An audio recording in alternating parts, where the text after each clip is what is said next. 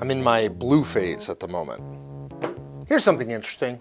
Donald Trump wants to make one thing very clear. Special counsel Robert Mueller's probe into Russian interference in the 2016 presidential election isn't just a hoax or a witch hunt, but it's actually illegal. Quote, "The illegal Mueller witch hunt continues in search of a crime," Trump tweeted over the weekend. "There was never collusion with Russia except by the Clinton campaign. So the 17 angry Democrats are looking at anything they can find. Very unfair and bad for the country. Also, not allowed under the law." Now that tweet is far from an isolated incident. Back in August, Trump tweeted this. "This is an illegally brought rigged witch hunt run by people who are totally corrupt and or conflicted. It was started and paid for by crooked Hillary and the Democrats. Phony dossier, FISA disgrace, and so many lying and dishonest people already fired. 17 angry Dems? Stay tuned." Now, illegality is a big charge. So what evidence does Trump have to prove that big allegation? In short, what the hell is he talking about?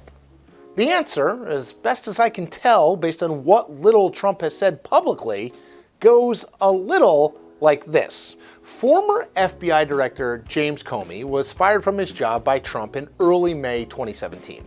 Later that month, Trump tweeted a threat at Comey suggesting that the fired FBI director had better hope there were no tapes of the conversations between the two men in the Oval Office.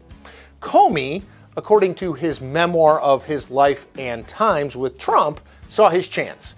He asked a friend to leak a memo he had written to himself after a meeting with the president in February 2017, a meeting in which, according to Comey, the president asked him to lay off the investigation of former National Security Advisor Michael Flynn. Now, worth noting, Donald Trump has repeatedly insisted he never said anything close to that to Comey.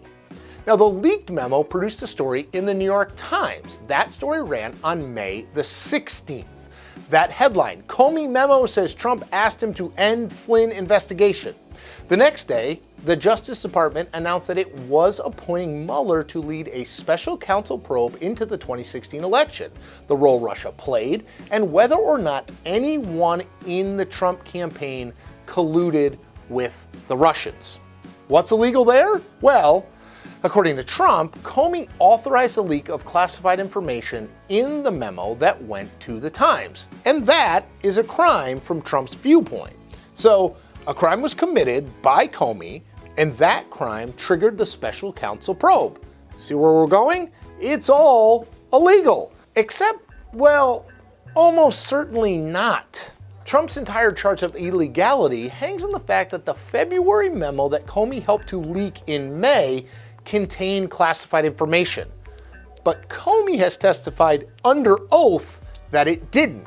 Now, in testimony in front of the Senate Intelligence Committee in June, Comey made clear that he purposely wrote up the February 14th meeting, happy Valentine's Day by the way, without including classified information so that it could be discussed and shared in ways that a classified memo could not be.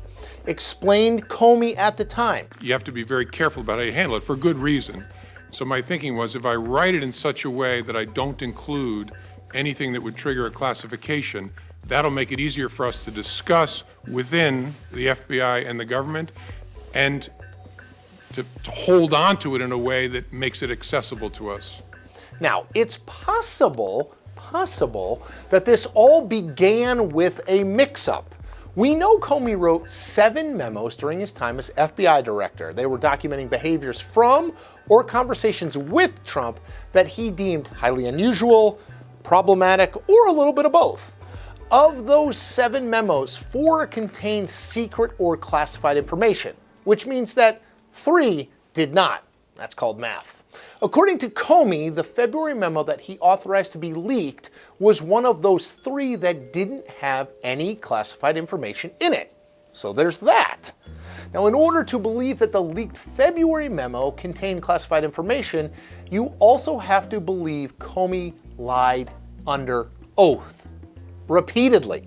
While the Comey leaking appears to be at the heart of Trump's charges that this whole special counsel probe is illegal, the president and his lead lawyer, a guy named Rudy Giuliani, have also suggested that Mueller has exceeded the bounds of his mandate from the Justice Department. The special counsel, they will tell you if you ask them, was formed solely to look at Russian interference in the 2016 presidential election and the possibility of collusion. So why then did Mueller's team prosecute Paul Manafort, the Trump campaign chairman, for crimes committed years prior to his time with Trump? Side note, Manafort cut a cooperation plea deal last week, perhaps the biggest development in the Mueller special probe to date. Why, they'll ask, was Michael Cohen, Trump's former personal lawyer, investigated if he had no formal role in the 2016 campaign? Double side note, Cohen pleaded guilty to 8 criminal counts just last month. Quote, once again, an investigation is concluded with a plea having nothing to do with President Trump or the Trump campaign, Giuliani said when the Manafort plea deal was announced. Again, though, this line of attack runs into a stubborn little thing we like to call facts. Go back to the May 17th press release from Deputy Attorney General Rod Rosenstein that established Mueller as special counsel. It's only 1 page long. You can read it in under a minute. Now, if you or President Donald John Trump did read it, you'd find these lines that I'm going to quote directly. Quote, the special counsel is authorized to conduct the investigation confirmed by then FBI Director James B. Comey in testimony before the House Permanent Select Committee on Intelligence on March 20th, 2017, including 1. Any links and or coordination between the Russian government and individuals associated with the campaign of President Donald Trump, and 2. Any matters that arose or may arise directly from the investigation, and 3. Any other matters within the scope of 28 CFR 600.4a. Point 2 means that Mueller can investigate any sort of crimes he finds that come directly out of his investigation into Russian interference. Point 3, the one with all the abbreviations and numbers, refers to the Code of Federal Regulations that grants Mueller the power to pursue perjury or obstruction of justice that might arise from the investigation itself. Sidebar, several judges, including a Trump-appointed one last month, have dismissed attempts by Manafort and others to have charges thrown out under the pretense that Mueller exceeded his statutory authority. He didn't. There's just no way what Mueller is doing is illegal. And again, unless Comey lied under oath about whether the leaked memo contained classified information, there's zero truth to Trump's claim that the whole investigation is somehow illegal. And yet, the President of the United States keeps saying just that. Why? Because it's in his political interest to do so. He badly needs to prime his supporters for what is coming from Mueller, little of which seems likely to be good for this president or his inner circle. But just because Trump is saying the probe is illegal doesn't change the fact that it, well, isn't. And that is the point. We're doing this every week, so make sure you come back next week for our latest episode.